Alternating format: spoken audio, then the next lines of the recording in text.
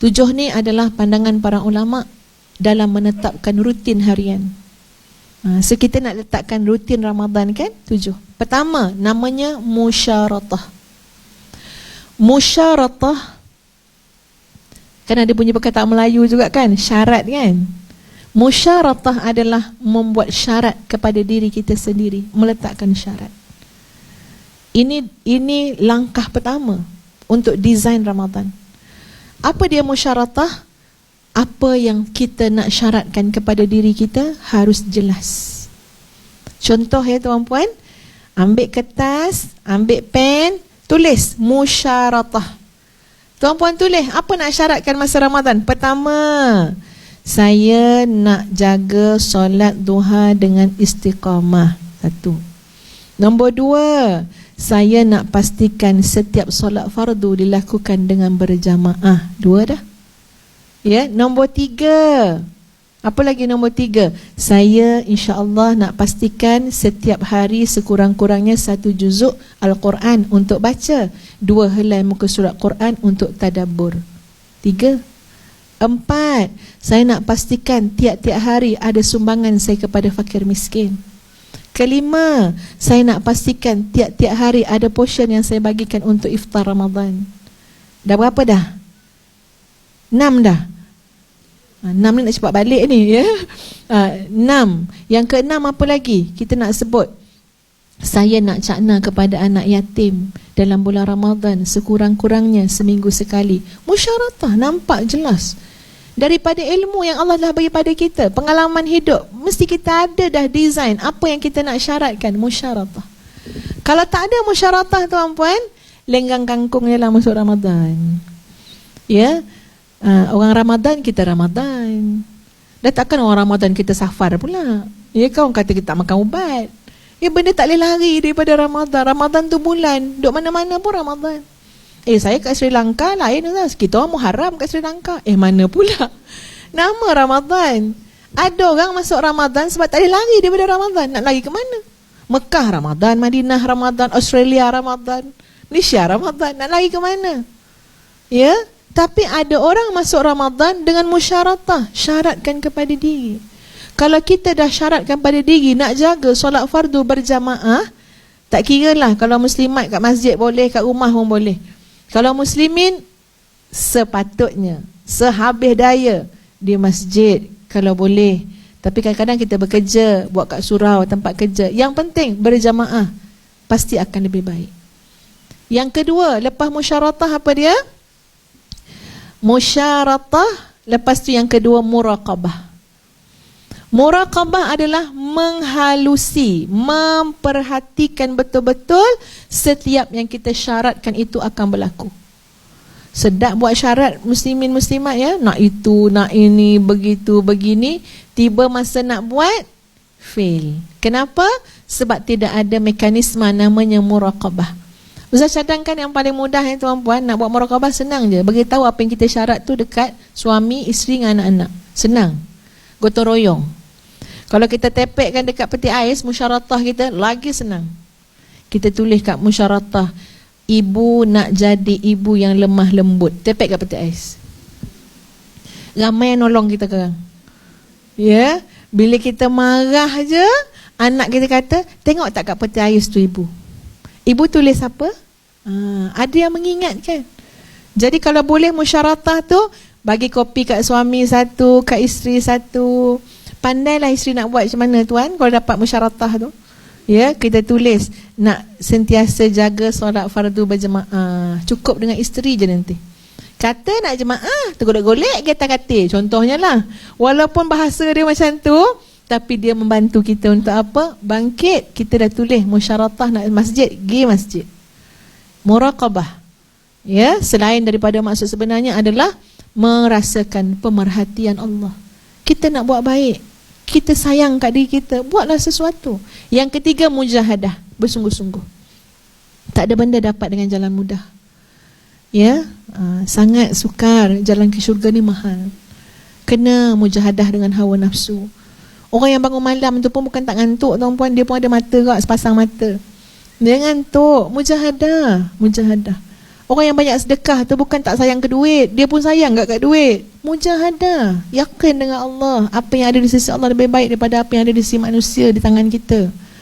Selepas mujahadah, muhasabah yang nombor 4. Ni hari kelima muhasabah balik. Ya Allah, 4 hari dah aku tak buat semua yang aku syaratkan. 4 hari semua yang aku tulis tu cuma dapat 2 daripada 20. Muhasabah, di mana kesilapan dan kelemahan? Baru kita boleh ada fastabiqul khairat. Baru kita ada satu pencapaian yang lebih baik daripada semalam. 4 ni mesti berlaku setiap hari. Dan 3 lagi boleh berlaku ikut keperluan. Apa yang 3 tu? Yang kelima adalah mu'atabah. Mu'atabah adalah kritik diri kita sendiri. Sian kat kamu Nur Hafizah, Ramadan pun kamu lalai. Ramadan pun kamu tak ambil peluang untuk dekatkan diri kepada Allah. Sian kamu Hafizah. Kenapa payah sangat kamu baca Quran? Sebenarnya kamu yang tak nak Quran ke? Quran yang tak memilih kamu. Kita mu'atabah. Ya, sampai kita kritik diri kita. Ya, sampai kita rasa, ya Allah, teruknya aku ni. Jangan kritik orang bulan lain. Ni bulan Ramadan ni banyak kritik diri sendiri, ya. Dahsyatnya. Mu'atabah. Yang keenam, mu'aqabah. Mu'aqabah apa dia? Hukum diri kita. Kita tulis musyaratah nak solat fardu tiap-tiap hari, tengok-tengok 2 hari kita tak solat fardu atau solat fardu jemaah. 2 hari tak jemaah, buat satu hukuman. Hukuman ni mestilah benda-benda yang sunat, bukan benda yang wajib. Jangan sekali-kali kita buat hukuman, saya hukum diri saya dengan sembahyang subuh pagi esok. Taklah, subuh tu memang kena sembahyang, ya. Tak ada hukuman pun dengan benda yang sunat. Contoh, hari ni kita keluarkan sedekah, padahal duit tu kita dah asingkan dah. Nak beli apa? Gelang. Tapi sebab kita nak hukum diri kita, tidak, bukan untuk beli gelang, tapi untuk disedekahkan kepada fakir miskin. Sebab apa? Sebab aku lalai 2 minggu tak solat tahajud. Itu mu'aqabah.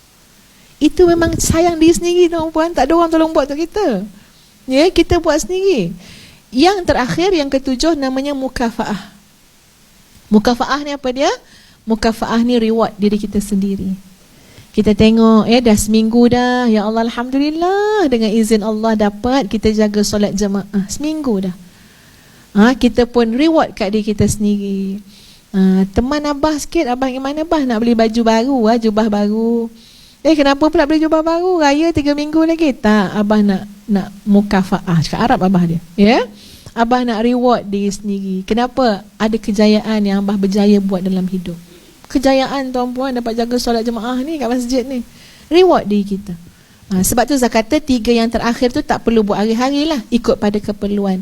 Kalau kita design macam tu tuan-puan, 7 perkara ni, insya-Allah hidup kita hari ni lebih baik daripada semalam. Esok insya-Allah panjang umur lebih baik daripada hari ini, sebab kita ada pengukur dia. Kita ada mekanisme yang mendesain hari-hari kita. Dan ini Ustazah petik dalam kitab Al-Khittah Al-Barraqah Lidhin Nafsit Tawaqah. Perancangan-perancangan yang sangat hebat, perancangan-perancangan yang cemerlang untuk pribadi-pribadi yang hebat. Jadi mudah-mudahan tuan-tuan dan puan-puan sekalian, dengan sedikit sebanyak yang Ustazah kongsikan ini dapatlah memberi satu peringatan kembali kepada kita, dapat memberikan sedikit panduan dan bimbingan untuk kita jadi lebih baik lagi, ya, melakukan kebaikan dan berlumba-lumba dengan kebaikan. Kita kena ingat tuan-puan, ya, di atas muka bumi ini ada hamba-hamba Allah yang betul-betul berjaya, ya, menghidupkan Ramadan ini dengan sebaik-baiknya. Tapi ya, dengan syarat tadilah yang telah Ustaz katakan, kita ni ibarat macam melancong, ya. Akhir sekali ada satu analogi. Tuan-puan tengok macam mana orang naik kapal terbang kan, nak naik tinggi, dia tak boleh bawa semua. Dia tak boleh buat rumah. Nak naik kapal terbang nak buat rumah, nak bawa kereta, payah juga tu. Ya, kita nak naik kapal terbang, air pun tak boleh bawa. Macam-macam dia scan kan, yang ni tak dia bawa. Menasabahlah. Ya, nak naik tinggi ni ringan-ringan lah sikit kan. Dia bawa yang berharga je lah. Yang tak berharga jangan dia bawa kuali lah, apa tak payah. Ya, beli kat tempat baru tu. Macam mana dengan perjalanan kita menuju Allah? Semakin tinggi dan tinggi, banyak benda kita kena lucutkan. Dunia, ya, makhluk, Kita kena bebaskan diri kita daripada semua-semua tu. Jadi itu semua, Masya Allah, adalah perjalanan rohani yang kita akan sama-sama nikmati dalam Ramadan ini. Ya, untuk Ustazah huraikan perkara tu dengan keterbatasan ilmu pun tak dapat Ustazah nak huraikan, keterbatasan masa, ya. Tapi apa yang saya sebut ni setidak-tidaknya memberikan sedikit suntikan dan kesedaran. Ya, kemudian carilah guru, ya, untuk fahami lagi apa maksud pengembaraan rohani, ya, pengembaraan spiritual ini, sampai kita benar-benar dapat menghayati, menikmati, ya, keyakinan kepada Allah, mengenal Allah Azza wa Jalla dengan segala kesempurnaan.